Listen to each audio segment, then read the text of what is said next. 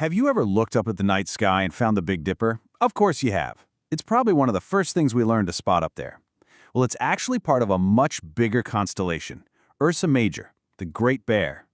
And behind that familiar shape, oh man, there's an ancient, tragic story of love, betrayal, and a curse that was literally written into the stars. Just think about it for a second. While other constellations rise and set, they come and go with the seasons, Ursa Major is always there. It's this constant, a celestial anchor that's been guiding travelers for thousands of years, just endlessly circling Polaris, the North Star. It's a permanent fixture. So, why is that? It's a good question, and the answer isn't just some simple fact about the Earth's rotation. No, the real reason, it takes us back thousands of years to a myth about a mother, her son, and a jealous goddess's final, eternal punishment. Yeah, the reason Ursa Major never gets to rest is because of a tale of incredible divine cruelty. It's a story about a mortal woman getting sucked into a vortex of the gods' most powerful emotions, love, jealousy, and being handed a fate to just circle the heavens forever. So, let's rewind. Our story starts in the deep, ancient forests of Arcadia in Greece. And this is where we meet our hero, a maiden named Callisto. So who was this Callisto? Well, she wasn't just anybody. She was royalty, for one, but more importantly, she was a devoted follower of Artemis, the goddess of the hunt and chastity. Her whole identity, everything she stood for, was built around a sacred vow of virginity. It was her life. But Callisto's beauty and dignity, well, they didn't exactly go unnoticed. They caught the eye of the most powerful and, let's be honest, the most persistent god of them all, Zeus, king of the gods. And as we know, when Zeus wanted something, he rarely took no for an answer. This line, from the Roman poet Ovid, it tells you everything you need to know about Zeus's mindset here. He knew it was wrong.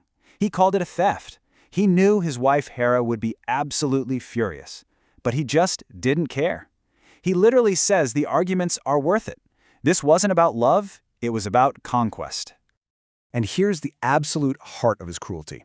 He didn't just show up as some majestic god. No, he took the form of Artemis, the one person in the entire universe Callisto trusted and looked up to. He used her own devotion, her own faith, as a weapon against her. It's the ultimate deception. And that single, horrific act, it just set off this devastating chain reaction. For Callisto, the nightmare was really only just beginning. Callisto tried to hide what happened, of course, but, 9 months later, the truth became impossible to hide. One day, when Artemis and her followers went to bathe in a sacred spring, Callisto refused. They forced her, tore her clothes from her, and her pregnancy was revealed to everyone. And those were the words from the goddess she had dedicated her entire life to. Do not pollute the sacred spring. Just ice cold. No sympathy, no understanding of what had happened to her. She was seen as impure, a vow breaker, and she was kicked out, left completely and totally alone. And just when you think it can't possibly get any worse for her, a new tormentor enters the picture. Zeus's wife, the goddess Hera, found out about the affair and the child, a son named Arcas. And Hera's jealousy was legendary, and her revenge was always, always cruel. Hera's punishment was horrifying in its detail. She didn't just kill Callisto, no, that would be too easy. Instead, she systematically destroyed the very beauty that had attracted Zeus in the first place, twisting Callisto's body, transforming her piece by piece into a monstrous bear.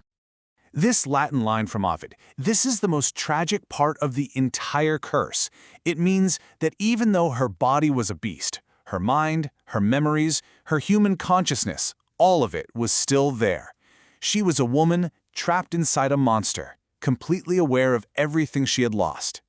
So 15 long years go by. Callisto was wandering the forests in terror, while her son, Arcas, grows up to be a fine young hunter, completely unaware of his mother's fate. And this, right here, leads us to the story's heart-wrenching climax. 15 years. Can you just imagine that? 15 years of total isolation, with the human mind, unable to speak, fearing the very hunter she used to be one of, all while her son grew up somewhere else, without her. And then, in the forest, they finally meet. Callisto recognizes her son instantly. She freezes, wanting to reach out to him, but Arcas, All he sees is a huge, fearsome bear staring right at him. Terrified, he does what any hunter would do. He raises his spear, about to commit the ultimate unknowing sin of killing his own mother. At the very last second, just as the spear is about to fly, Zeus, the one who started all this, finally decides to intervene. But his so-called rescue would just lead to Hera's final, inescapable act of revenge.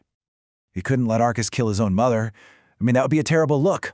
So he snatches them both up from the earth in a whirlwind and places them among the stars, seemingly giving them this place of honor, of immortality. And that's how they end up in the sky. Callisto becomes Ursa Major, the Great Bear, and her son Arcas becomes the constellation Bootes, the herdsman, placed forever by her side, eternally chasing his mother across the night sky. But for Hera, this was the ultimate insult. Not only did her husband's mistress get away with it, but now she was immortalized in the heavens for everyone to see for all time. Oh no, she was not about to let that stand.